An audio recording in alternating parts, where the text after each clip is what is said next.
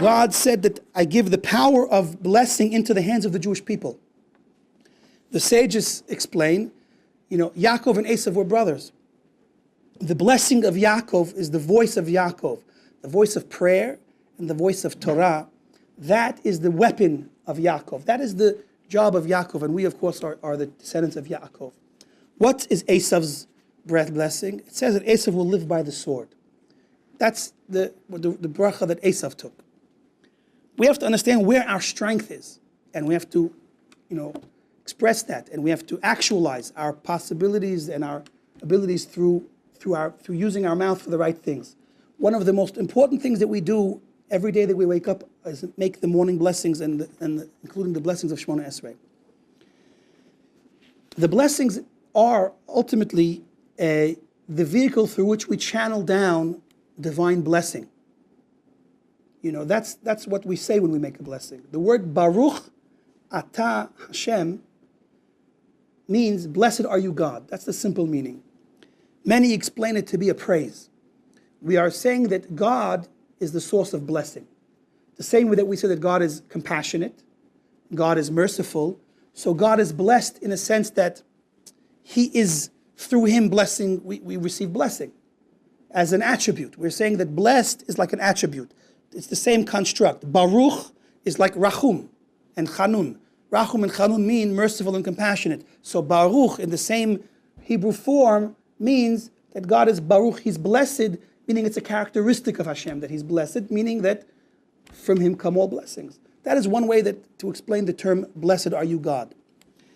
According to the mystics and many Rishonim, that's a basic understanding. But the deeper, more real meaning of what it says, Baruch Atah Hashem, is more active. The word Baruch means to channel or draw down. So when we say Baruch Atah Hashem, what we're actually doing is we're channeling. We are drawing down divine flow from above. And that increase of divine flow into the created realms results in blessing here below.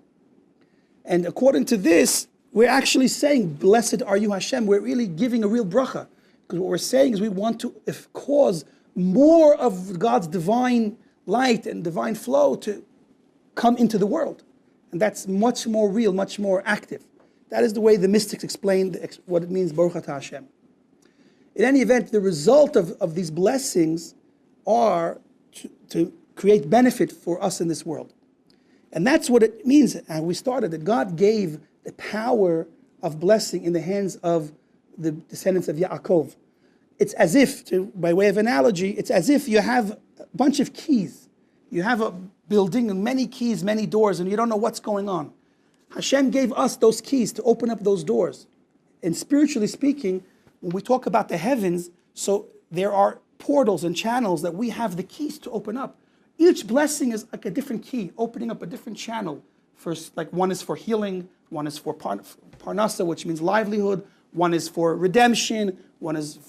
All of the different blessings in Shemona Esrei represent different needs. And each blessing is like theoretically a key which opens up that portal in heaven, that channel in heaven, to draw down the actual physical benefit that we're asking for. So the deeper, more powerful understanding of what a bracha is literally drawing down blessing from above. Now, with that, we basically have a deeper, a better appreciation for what all these blessings that we say. Because, a person wakes up and says many blessings in the morning, many blessings in Shemona Esrei. And unfortunately, people don't understand that it's a real active thing that's going on, meaning that the world and we need those blessings. It's not just lip service. It's not just a formal thing, like when someone's acting and someone's auditioning for a play, he's just acting. Nothing real is happening. So in these modern times, we don't have a sense of the spiritual realms above and beyond us. And we might think that, what's the benefit of praying? I don't see anything happen from my prayers. We say words that I don't even know what they mean sometimes. And I don't think anything happens as a result. It's very easy to fall into that trap, to think that really praying and making blessings is just a waste of time. Especially making them in Hebrew, if I don't understand it, it's an added waste of time.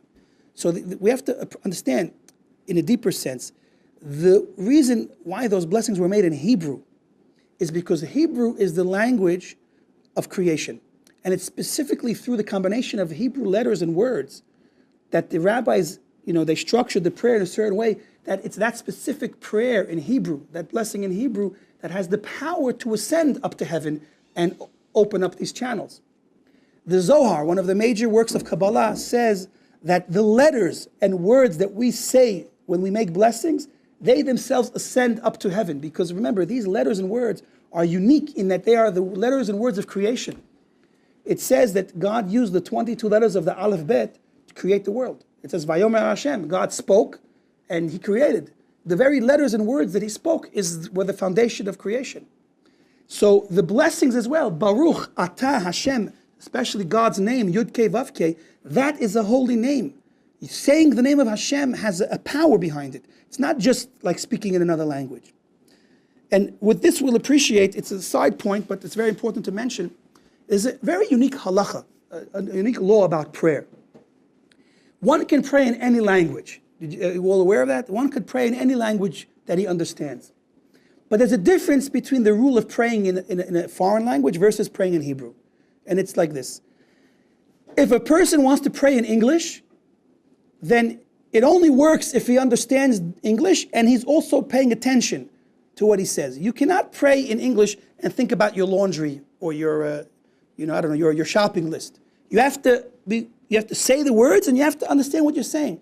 Because what's an English language? English language is only a vehicle through which to express what I'm thinking. The word itself means nothing if it's not conscious on water. If I say the word water, let's say you could teach a parrot or a monkey to say the word water. Is he speaking? No, because he doesn't understand what he's saying. He's just saying sounds. To him, it's just sounds.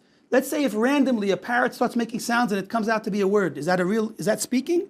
No, because speaking is expressing a thought through using the sound, the combination of sounds and symbols. So if I don't know what I'm saying in English, it doesn't count as a prayer. I can read all day long, but if I don't comprehend what I'm saying, that's not called praying. That's not called talking in English.